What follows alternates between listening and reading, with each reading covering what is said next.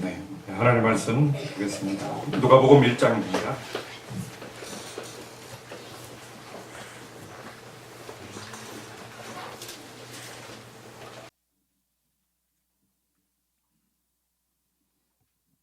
누가복음 1장 46절부터 55절까지 한 절씩 돌아가며 읽도록 하겠습니다. 마리아가 이르되 내 영혼이 주를 찬양하며 그의 여종의 비천함을 돌보셨습니다. 보라 이제 후로는 만세의 날을 복이 있다 일컬으리로다.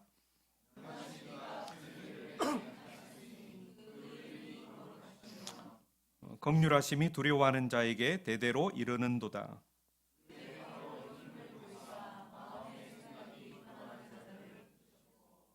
권세 있는 자를 그 위에서 내리치셨으며 비천한 자를 높이셨고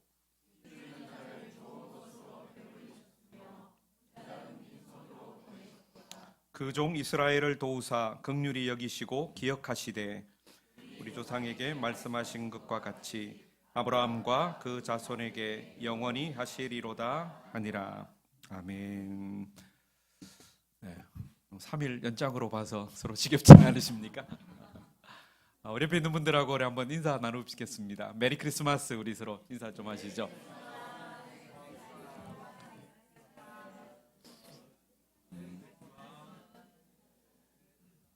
네.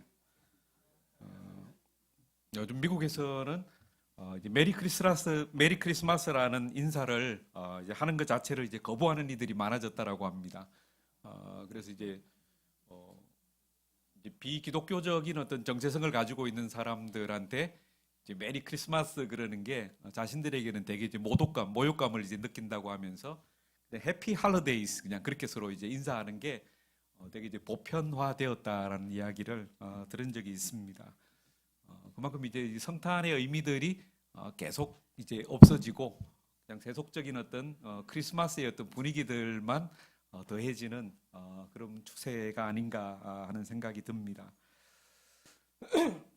저도 이제 어릴 때부터 이제 교회를 계속 다녔는데요. 언제부터 이제 교회에 깊숙하게 이제 발을 들이게 되었나 생각해 보니까는 한 5, 6학년 때 이제 성탄절을 계기로 더 이제 교회에 깊숙이 들어가게 된 것 같아요. 예전에는 12월 들어서면서부터 이제 교회 찬양 발표회 이런 걸 이제 굉장히 준비하지 않습니까? 그러니까 이제 매일같이 이제 교회에 가는 거죠. 가서 찬양 연습하고 또 그러면서 이제 교회에 이제 트리도 만들고 트리도 그냥 요즘처럼 이렇게 조그맣게 하는 게 아니고 건물 전체를 그냥 다 꾸미잖아요. 그래서 이제 그런 일들도 하면서 사람들과 친해지고 이제 교회에 더 이제 자주 나가고 열심히 이제 나가게 됐던 그런 계기가 있었던 것 같습니다.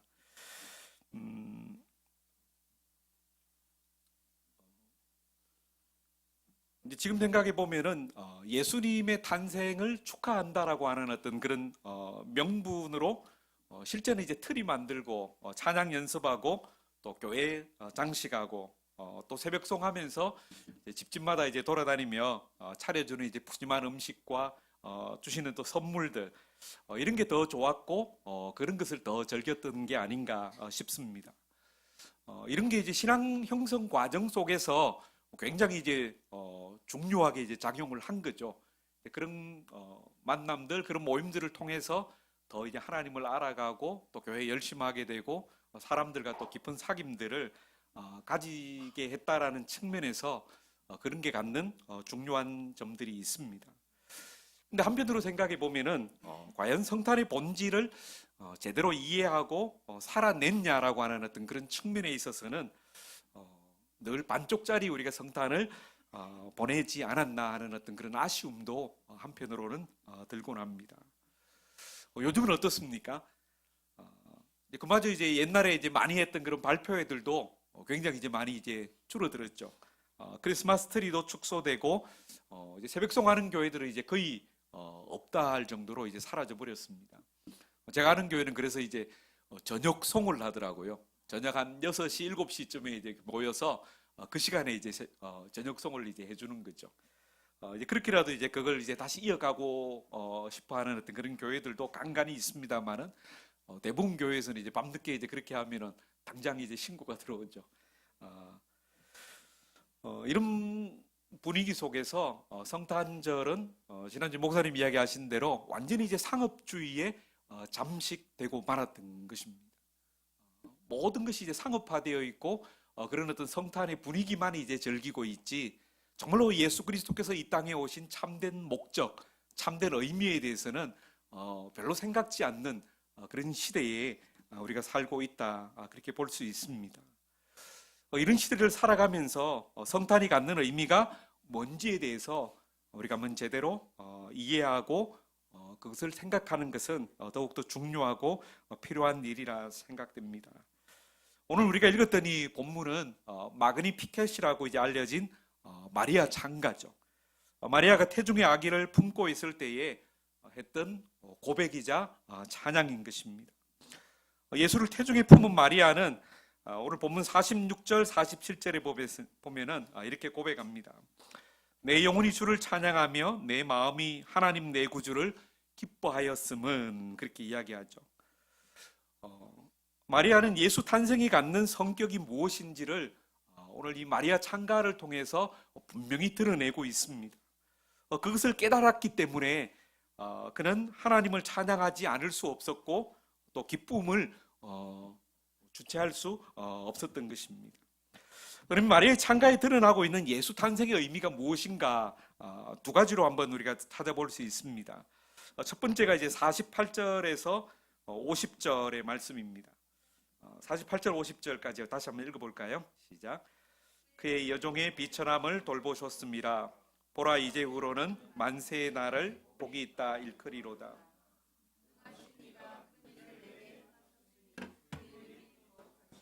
긍휼하심이 두려워하는 자에게 대대로 이르는도다. 여기 보면은 여종의 비천함을 돌보셨다라고 하는 표현들이 나오죠. 그리고 긍휼하심이 두려워하는 자에게 대대로 이르는도다라고 그렇게 이야기를 합니다. 예수의 탄생은 어떤 의미가 있냐면은 고통 가운데 있는 자신들을 향해서 베푸시는 하나님의 지극한 사랑과 긍휼을 드러낸 사건이다라고 그렇게 여기서 고백하고 있습니다. 당시 예수님이 태어나시던 때의 유대 사회의 모습은 어떠했습니까? 역사가 요세푸스에 의하면은 주전 1세기 유다는 극심한 가뭄이 있었고 또 태풍도 왔고 지진과 전염병, 기근이 연달아서 유대 사회를 덮쳤다라고 기록하고 있습니다. 이뿐만 아니라 정치적으로도 유대는 로마의 압제를 당했죠. 그리고 헤롯의 폭정으로 인해서 백성들의 삶은 그 어떤 때보다도 고달프고 참혹했었습니다. 이러니까 민중들의 삶은 어떠했을까요? 그들은 토지를 상실하고 또 과도한 빚에 소작농이 되거나 일용직 노동자로 전락했다라고 합니다. 그들 가운데 대다수는 안정된 터전이 없기 때문에 여기저기를 떠도는 떠돌이 생활을 했던 이들이 굉장히 많았습니다. 이런 상황에서 이제 백성들은 더 이상 이제 이래서는 도저히 살 수 없겠다 그래서 이제 민중 봉기를 여러 차례 이제 하게 됩니다. 그런데 민중들이 막 일어나서 이제 봉기했지만은 결국은 권력의 힘에 짓눌려서 수많은 사람들이 처참하게 죽임을 당하는 일들이 예수님 태어나시던 그 시점에는 다반사였습니다. 그래서 어떤 지역에는 2,000명 정도가 한꺼번에 십자가형을 당하는 그런 사례들도 있었다라고 역사는 이야기하고 있습니다. 이런 사회에 살고 있는 사람들의 심정이 어떠했을까를 우리가 한번 생각해 볼 필요가 있습니다. 자신의 힘으로는 아무것도 바꿀 수 없는 무력하고 비참한 인생인 거죠. 아무런 소망도 없이 하루하루 그냥 죽지 못해서 살아가는 인생이 바랄 수 있었던 것은 무엇이었겠습니까? 바로 구약에서부터 계속해서 내려오던 메시아에 대한 기대 하나뿐이었던 거죠. 그런데 이제 정말 기다렸던 메시아가 이 땅에 오신 것을 그들이 알았습니다. 이 아기 예수의 탄생은 그들에게 오늘 우리가 느끼는 어떤 피부로 느끼는 것과는 또 다른 의미에서 그들은 예수 탄생을 그들은 반겼을 것입니다. 예수 탄생이 갖고 있는 어떤 가장 첫 번째 의미는 하나님이 우리를 버리지 않으시고 여전히 우리를 사랑하시고 긍휼을 베푸시며 우리와 함께 하시는 바로 임마누엘의 확증이었다라는 거죠. 그게 오늘 마리아가 이 창가를 통해서 고백하고 있는 첫 번째 고백이었습니다. 그렇기 때문에 마리아가 하고 있는 이 고백은 결코 관념적이거나 그저 형식적 고백일 수 없습니다. 오늘 실존적으로 내가 당하는 고통 가운데서 정말로 하나님께서 우리의 고통을 헤아리시고 우리에게 메시아를 보내주셨다라고 하는 그 기쁨의 창가요 고백이라 할 수 있습니다. 오늘 우리가 성탄을 맞이할 때에 오늘 우리에게 임하는 성탄은 바로 이런 의미에서 주는 큰 기쁨이 있는 성탄이다라는 것을 우리가 한번 생각할 수 있어야 하겠습니다. 두 번째로 오늘 예수 탄생의 의미는 어떤 것이었습니까? 51절 이하에 보면은 이렇게 말하죠. 그의 팔로 힘을 보이사 마음의 생각이 교만한 자들을 흩으셨고 권세 있는 자를 그 위에서 내리치셨으며 비천한 자를 높이셨고 줄이는 자를 좋은 것으로 배불리셨으며 부자는 빈손으로 보내셨도다 라고 이야기하고 있습니다. 이게 세 부류의 사람들이 나오죠. 첫 번째 어떤 사람입니까? 생각이 교만한 자들이죠. 그 다음에 권세 있는 자들, 그 다음에 부자들. 그 사람들을 어떻게 하십니까? 흩으시고 위에서 내리치시고 빈손으로 보내실 것이다 그렇게 이야기합니다. 그러면서 비천한 자를 높이시고 줄이는 자를 좋은 것으로 배불리실 것이다 라고 마리아는 고백하고 있습니다. 이게 바로 예수 그리스도께서 이 땅에 오심으로써 되어질 일들이라고 마리아는 고백하고 있는 거죠. 이것은 바로 예수 그리스도가 이루어갈 그 사역이 기존의 불의한 체제와 가치를 완전히 뒤집어 엎는 혁명이 될 것이라고 예수님께서 마리아가 고백하고 있는 것입니다. 그래서 이 성탄이 가지고 있는 이 두 가지의 어떤 의미들은 바로 첫 번째는 하나님이 우리들을 지극히 사랑하신다라고 하는 그 사랑을 드러내는 표지이고, 또 한 가지는 이제 예수님께서 도래하심으로 말미암아서 이 땅을 뒤집어 엎는 새로운 어떤 혁명이 시작될 것이라는 것을 우리에게 드러내고 있다라는 것입니다. 여러분, 이 두 가지 성격이 이 성탄에 있기 때문에 과연 이 성탄을 맞이하는 사람들의 입장에서는 모두가 다 이 성탄을 반길 수 있을까요? 어떻습니까? 기존의 체제를 뒤집어 엎는 혁명적 사건으로 받아들인다라면은 그 성탄이 마냥 기쁘기만 하겠습니까? 어떤 사람에게는 이 성탄이 굉장히 반갑고 기쁜 소식이 될 수 있어요. 그런데 어떤 사람에게는 이 성탄은 굉장히 불편하고 두려운 일이 될 수 있다라는 거죠. 그래서 성탄의 기쁜 소식이 누구에게 전해졌습니까? 그죠? 목자들.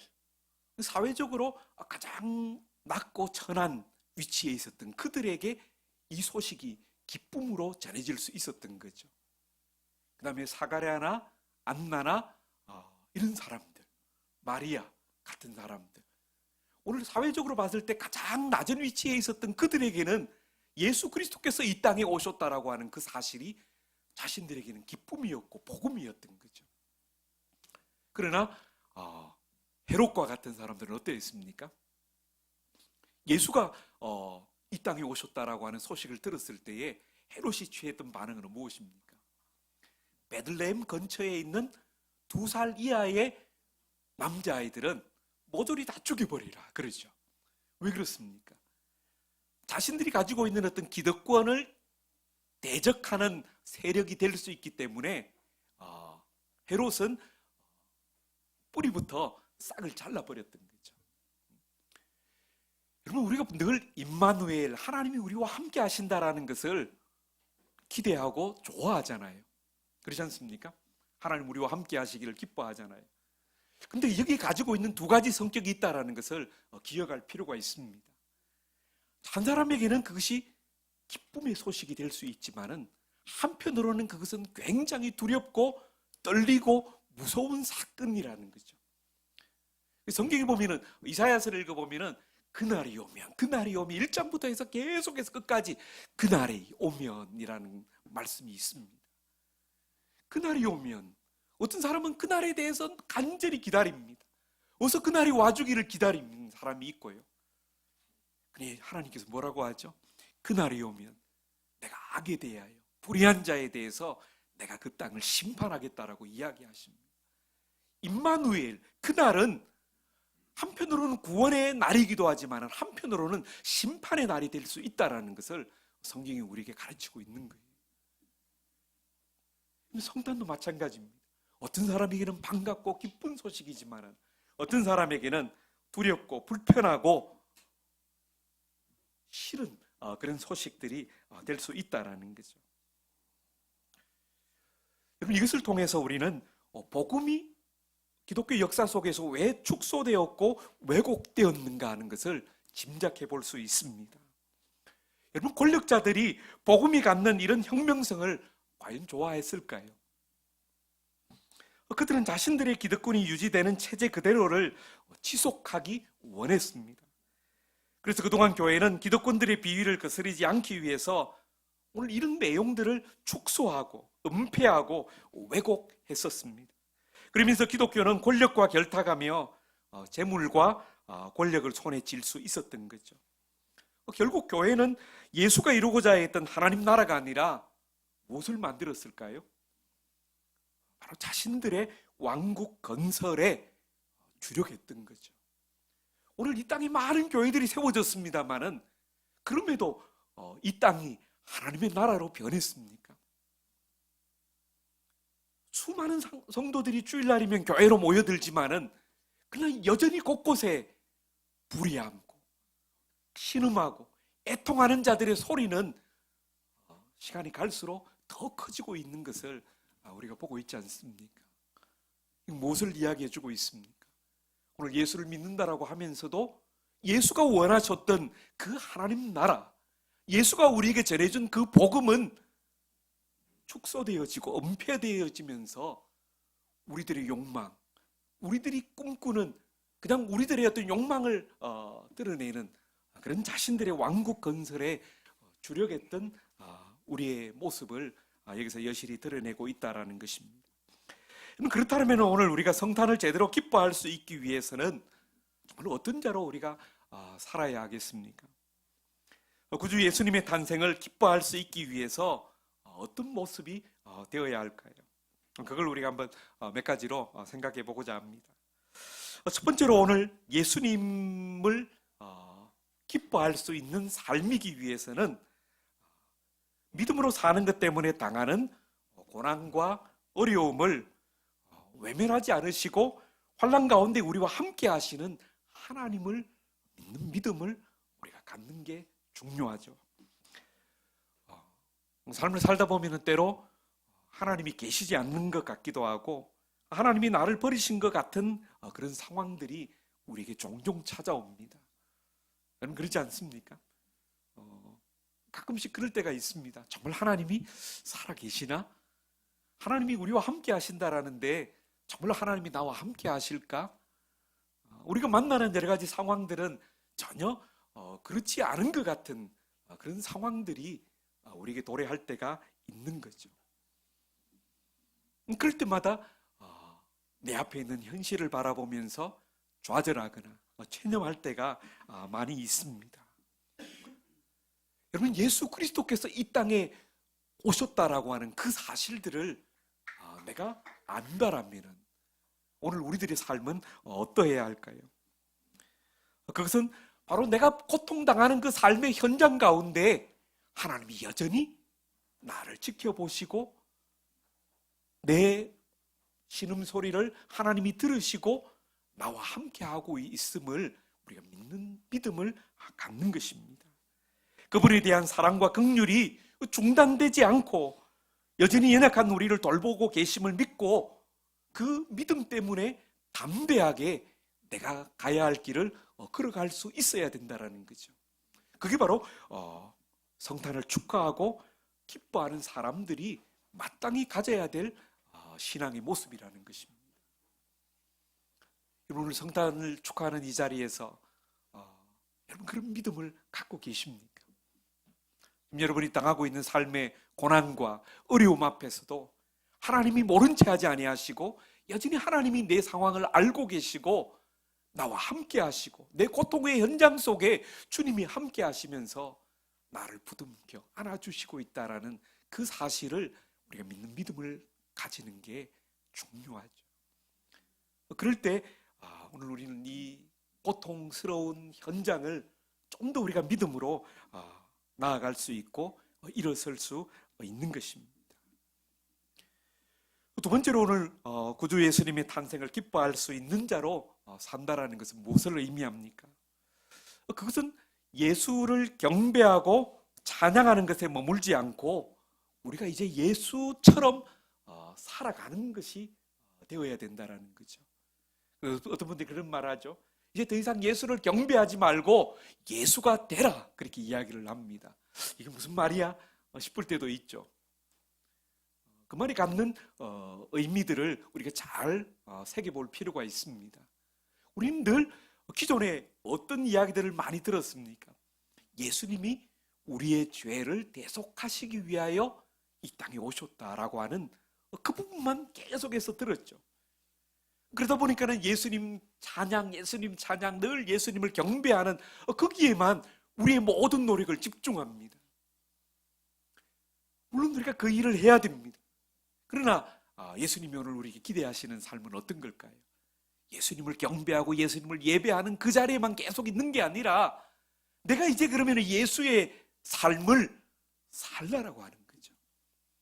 우리 매주마다 소원 찬양을 부르잖아요.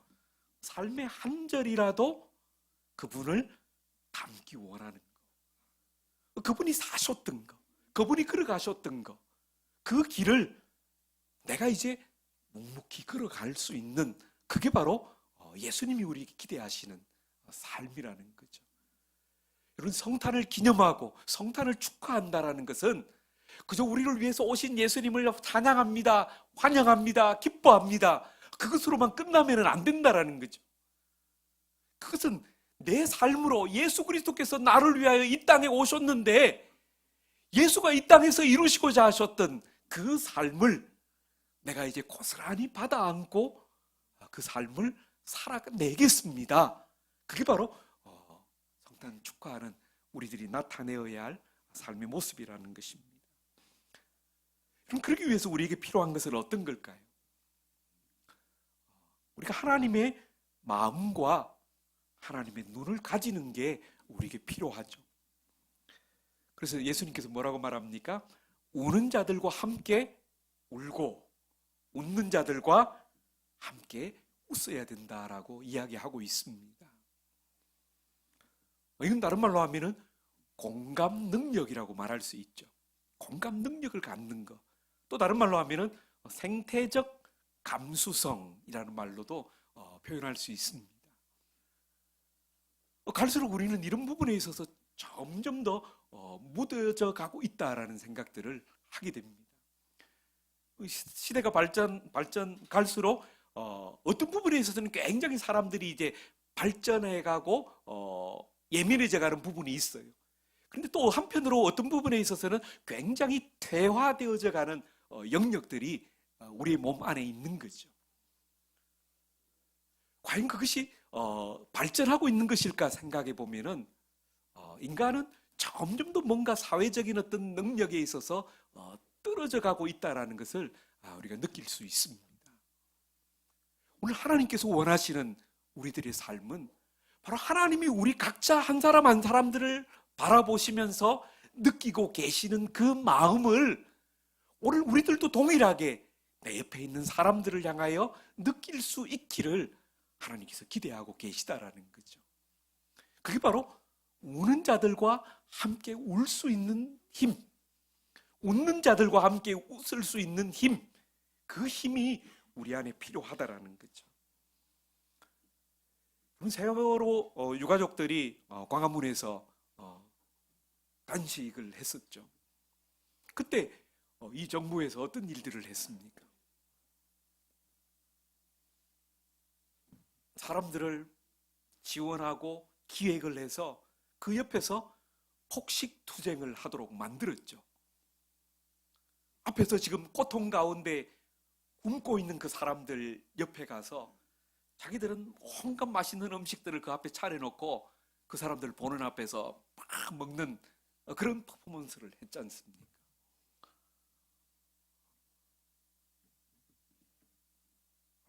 저는 더 이상 인간의 길을 포기한 폐륜적 악행이다 라는 생각이 듭니다. 지금 당장 자식이 죽어서 원인도 알 수 없는 그 상황 속에서 신음하고 고통하고 있는 그 사람 앞에 가서 그런 짓거리를 한다라는 게 과연 인간으로서 있을 수 있는 일인가? 우리가 한번 생각해 볼 필요가 있습니다. 여러분, 생명을 가진 몸은 어떻습니까? 손가락에 가시가 하나만 박혀도 어때요? 온몸이 다 아프죠. 작은 가시 하나 박혀도 온몸이 다 아픈 겁니다. 그게 생명이 나타내는 반응이라는 거죠. 근데 기계는 어떻습니까? 대못을 박아도, 나사를 막 드릴러 뚫어도 기계는 거기에 어떤 감정적 반응이 있습니까? 전혀 그런 걸 느낄 수 없는 거죠. 생명이 없기 때문에 그렇습니다. 오늘 현대 사회들은 바로 어떤 생명적 그런 어떤 감각을 잃어가고 있고 모두가 다 기계화되어지고 로봇처럼 그렇게 변해가고 있다라는 생각이 듭니다. 내 옆에 지금 누군가가 아파하고 시름하고 고통하고 있는데도 전혀 거기에 대해서 무감각한 거죠. 그럼 또 우리는 하나의 조직을 이루어서 살아가고 있습니다. 커다란 대형화된 아파트 안에 같이 살고 있으면서 내 옆에 누가 살고 있는지, 이 집에서 어떤 일이 일어나고 있는지 우리는 전혀 모릅니다. 어쩌면 우리가 같이 한 교회로 매주마다 한 형제, 한 자매라고 부르면서 예배하면서도 내 옆에 있는 지체가 어떤 상황 속에 지금 있는지, 어떤 고통 가운데 있는지 우리는 전혀 모르고 살아가고 있습니다. 얼마 전에 가까운 교회에서 한 분이 권사로 이제 임직을 하게 됐는데 임직 받고 나서 얼마 안 있어 이분이 자살을 했다라는 거죠. 주변 사람들은 도무지 이 사람이 늘 교회 오면 그냥 웃고 그냥 인자하고 그런 모습으로 교회에 나왔는데 이제 권사까지 됐는데 갑자기 자살을 한 거죠. 왜 그런지 사람들은 이유를 모르는 겁니다. 알고 봤더니 그 사람이 그동안 계속 어떤 채무에 시달려서 힘든 시간들을 오랫동안 보냈다라는 거죠. 근데 교회는 아무도 그 사람이 그런 상황 속에 있었는지 모르고 있었다라는 겁니다. 그럼 과연 그러고도 우리는 서로를 형제라고, 서로를 자매라고 우리는 과연 부를 수 있습니까? 우리가 한 하나님을 아버지라고 모시는 하나님의 지체라고 우리는 말할 수 있을까요? 오늘 우리가 예수를 찬양하고 예수 그리스도께서 이 땅에 오셔서 어떤 일들을 이루고자 하신 것을 안다라면은 우리의 삶은 어떻게 달라져야 되겠습니까? 그건 바로 하나님이 내 옆에 있는 지체를 바라보시는 그 마음, 그 눈으로 우리가 서로를 바라볼 수 있어야 된다는 거죠. 서로가 아파하고 있을 때 함께 아파해 줄 수 있는 힘, 서로가 정말로 웃을 때 같이 웃어줄 수 있는 힘, 그게 필요하죠. 여러분, 남이 잘 안 될 때 정말 아파하고 남이 잘 될 때 정말 같이 기뻐해 줄 수 있는 그런 관계는 어떤 관계일까요? 어떤 관계 안에서 그런 일들이 일어날 수 있습니까? 내가 아닌 남이 정말로 아파할 때 이 사람보다 내가 더 아픈 경험들을 갖는 관계.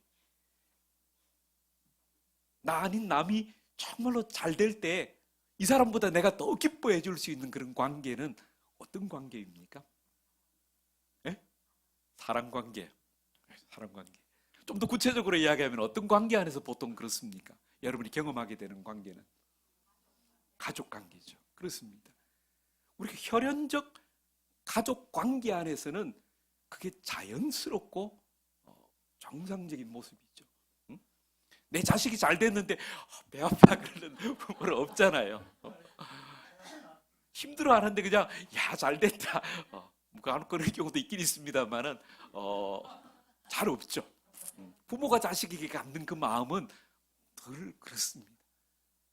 잘 되면은 자녀보다도 부모 마음이 더 좋죠. 자식이 아플 때 자식보다 내가 더 힘들고 더 아프잖아요. 그게 바로 가족 관계 안에서 주어지는 자연스러운 모습입니다. 예수님께서는 누가 내 형제며 누가 내 자매며 누가 내 모친인가라고 물으십니다. 하나님의 뜻대로 행하는 자가 내 형제요, 내 자매요, 내 가족이다라고 예수님이 말씀하고 있어요.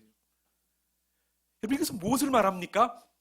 우리의 가족 관계가 이제 하나님 나라 안에서 더 확장되어졌다라는 것을 우리에게 가르치고 있어요. 이제는 내 혈연적으로 맺어진 그 가족만이 내 가족이 아니라 하나님 안에서 예수를 주로 고백하는 그 모든 사람들이 내 형제요, 내 자매요, 내 가족이다라고 말하고 있습니다. 그것은 고백적으로 끝나는 게 아니에요. 실제적으로 그런 책임지는 관계로 들어서야 된다는 것을 이야기하고 있습니다. 오늘 우리의 가족 관계가 확장될 수 있기를 소망합니다. 우리의 몸이 더 넓어지기를 소망합니다. 그게 바로 이 땅에 오신 예수 그리스도의 성탄을 우리가 축하하고 기념하는 삶이 될 수 있다는 거죠. 또 한 가지 우리가 예수처럼 살아간다는 것은 무엇을 의미합니까? 그것은 우리가 일상의 혁명가로 살아야 된다는 것을 이야기해 주고 있습니다. 여러분, 혁명은 정치 지도자 한 사람을 바꾼다고 해서 해결되는 게 아니죠. 우리는 촛불 혁명을 통해서 이 나라의 불의하고 악한 그 모습을 해결하려고 시도했었습니다. 여러분, 그러나 촛불 혁명을 통해서 바뀌어진 것은 무엇입니까? 그죠? 대통령 한 사람 바뀐 거죠. 그렇지 않습니까? 물론 그 이외에도 부수적으로 여러 가지 바뀐 것도 있겠습니다만은 가장 큰 게 대통령 한 사람 바뀐 거죠. 그러나 정치가 정말로 바뀌었습니까? 경제가 바뀌었습니까? 우리 사회가 바뀌었습니까? 별로 뭔가 올라가는 것 같더니만 또 여전히 사람들은 불평하고 불만하고 있습니다. 그것으로 세상의 모든 문제가 해결되는 것이 아니죠. 문제는 촛불을 들었던 그 사람들의 일상의 변화가 없으면은 아무것도 바뀌지 않는다라는 것을 우리는 역사적으로 경험하고 있습니다. 여러분, 그 변화를 위해서 우리에게 무엇보다 필요한 것은 우리들의 가치관이 전환되어야 된다는 거죠. 예수님 당시에 많은 사람들이 메시아가 오기를 간절히 고대하고 기다렸습니다. 그런데 정작 메시아가 왔을 때에 어떻게 했습니까? 사람들은 바로 그 메시아를 십자가에 못 박아 죽여라 그러고 외쳤죠. 그리고는 예수를 십자가에 못 박아 죽였습니다. 왜 그랬습니까? 그들이 갖고 있었던 메시아 상 때문에 그랬다라는 거죠. 이들이 가지고 있었던 메시아 상은 어떤 메시아입니까? 다윗 메시아 상이죠. 구약에서부터 그들은 계속해서 앞으로 도래해야 할 메시아는 다윗과 같은 메시아일 것이라고 하는 어떤 그런 기대감이 그들 속에 있었습니다. 다윗은 어떤 사람입니까? 정복하고 패권을 이룬 그런 왕이었죠. 모든 나라들을 정복해서 가장 살기 좋은 나라가 강한 나라를 이루었던 그런 왕이었습니다. 앞으로 오실 그 메시아도 바로 그런 왕을 사람들은 기대했습니다. 예수님이 오셔서 우리를 로마의 압제로부터, 헤롯의 압제로부터 우리를 구하여 주실, 모든 사람들이 살기 좋은 그런 부유한 나라를 만들어 주실 것을 그들은 기대했던 것입니다. 여러분, 그러나 그들이 가지고 있었던 그 메시아 상은 잘못된 거였죠. 성경이 가르치고 있는 메시아의 상은 어떤 거였습니까? 어떤 겁니까? 다윗 메시아가 아니라 이사야 53장에 보면은 어떤 메시아 상을 이야기합니까? 고난받는 종으로서의 메시아를 성경은 우리에게 말씀해 주고 있어요.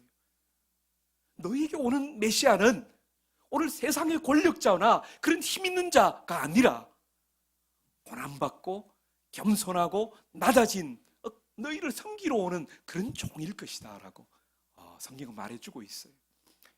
이미 구약에서부터 다 앞으로 오실 메시아에 대해서 이야기해주고 있는데 사람들은 안 듣죠. 그게 안 보이죠. 왜 그렇습니까? 내가 듣고 싶은 것만 듣는 거, 내가 보고 싶은 것만 보는 거죠. 내 욕망을 담아서 메시아의 상을 가지고 그 상이 이루어지기만을 기다리니까는 오늘 정말로 메시아가 왔을 때 사람들은 예수를 십자가에 못 박았던 것입니다. 여러분, 오늘 일상의 혁명가로 우리가 살아간다는 것은 우선 우리 안에 있는 가치관의 전환을 우리가 이루어야 됩니다. 여전히 오늘 우리는 하나님을 믿는다라고 하면서도 예수 믿어서 내가 복 받고자 하는 어떤 그런 열망들이 우리 안에 가득합니다. 그 복이 어떤 복이죠? 갓바위에 가서 빌고 있는 그들이 비는 그 복과 오늘 예배당에 나와서 하나님을 향하여 비는 복이 다르지 않죠. 단지 빌고 있는 그 대상이 다를 뿐이지 여전히 우리가 소망하고 우리가 기대하는 그 복은 여전히 거기에 머물러 있다라는 것입니다. 오늘 우리가 일상의 혁명가로 살아간다는 것은 이제 더 이상 그런 가치관에 붙들려 있는 우리가 그것을 내려놓고 이제는 다른 가치관, 다른 생각들을 가지고 이 땅을 살아가는 것이 되어야 함을 성경이 우리에게 말씀해 주고 있습니다. 가치관의 전환과 함께 우리에게 일어나야 하는 또 한 가지는 무엇입니까? 그것은 바로 삶의 변혁을 이루어내는 것입니다. 예수님이 오셔서 시도하셨던 것은 바로 불의한 세계, 불의한 체제, 잘못된 구조, 잘못된 이 질서들을 뒤집어 엎는 거였죠. 모두가 더불어 함께 살아갈 수 있는 그런 세상을 하나님께서는 기대하셨던 거죠. 그것을 구체적으로 이루어 가셨던 게 예수 그리스도의 삶이었습니다. 그렇다면 오늘 예수 그리스도를 쫓아가는 오늘 우리들은 일상 속에서 그 일을 실천해야 된다는 것입니다. 그래서 그런 말이 있죠. 지구적으로 사유하고 지역적으로 실천하라라고 하는 말이 있습니다. 우리가 어떤 이상들은 높게 가질 필요가 있는 거죠. 전체적인 어떤 큰 틀에서 우리가 사유할 필요가 있습니다. 그러나 그것을 이루어가는 실천적인 부분에서는 어디에서부터 실천이 되어야 됩니까? 내가 몸담고 있는 바로 여기에서부터 실천이 일어나야 된다는 거죠. 우리 안에 소외되고 있는 이들이 있는지를 우리는 늘 살펴야 됩니다. 우리 안에 억압받고 있는 이들이 있는지 살펴야 됩니다. 여전히 비성경적인 전통과 흐름이 있지만은 관성에 따라 무비판적으로 흘러가도록 내버려두고 있는지 우리는 살필 수 있어야 된다는 거죠. 그래서 내가 바꿀 수 있는 것에서부터 우리는 끊임없이 변혁을 이루어야 오늘 예수 그리스도의 걸어가신 그 걸음을 한 걸음 한 걸음 쫓아갈 수 있다라는 겁니다. 우리 지난 수련회 때 여러 가지로 이제 실천 과제들을 선정했죠. 저는 그런 노력들이 굉장히 중요하고 귀하다 생각합니다. 우리가 할 수 있는 작은 부분에서 문제의식을 가지고 그것을 실천해가는 노력이 있을 때 그런 문제의식은 또 다른 문제의식을 계속해서 낳을 수 있는 거죠. 그런 실천적 노력이 서로 가지를 쳐서 만들어내다 보면은 무언가 우리가 고민하지 않았던, 우리가 인식하지 못했던 새로운 문제들을 발견하게 되고 그 문제의 해결을 위해서 함께 노력할 수 있게 된다는 겁니다. 그래서 일상의 변혁이 너무너무 중요한 거죠. 그 변화를 이루지 않으면 우리가 어떤 거대한 담론들을 이야기한다 할지라도 그것은 다 공허한 헛소리에 불과하게 되는 것입니다. 그렇기 때문에 오늘 예수 그리스도의 오늘 성탄을 기뻐하고 오늘 그 성탄을 축하하는 우리는 바로 이런 가치관의 전환과 일상의 변혁을 이루는 그런 혁명가로서의 삶을 우리에게 요구하고 있다라는 것입니다. 오늘 천사들이 아기 예수의 탄생을 이야기하면서 해주었던 말이 있습니다. 지극히 높은 곳에서는 하나님께 영광이요, 땅에서는 기뻐하심을 입은 사람들 중에 평화로다. 이것은 초대교회 성도들이 항상 서로 인사말로 했던 이야기입니다. 하늘의 영광, 땅의 평화. 하나님께서 가장 기대하셨고 예수를 이 땅에 보내심으로써 하나님이 기대하셨던 것은 다른 게 아니죠. 하늘의 영광, 땅의 평화. 오늘 성탄을 맞이하는 오늘 우리들이 정말로 간절하게 소망해야 될 게 하늘의 영광, 땅의 평화라는 것입니다. 이것을 위해서 내가 오늘 해야 할 일이 무엇일까? 내가 낮아져야 할 부분이 무엇인가? 내가 돌봐야 할 사람들이 누구일까? 내가 희생해야 할 몫이 무엇인가? 우리는 생각할 수 있어야 되죠. 그래서 그들과 함께 울 수 있고 그들과 함께 웃을 수 있어야 됩니다. 그럴 때 하나님께서는 우리를 통하여서 이 땅에 하늘의 영광이 되고 땅의 평화가 되는 그런 세상을 만드실 것이라고 주님 우리에게 말씀하고 있습니다. 오늘 이 성탄 예배를 드리는 우리 모두에게 하늘의 영광과 땅의 평화가 임하기를 주님의 이름으로 간절히 소망합니다.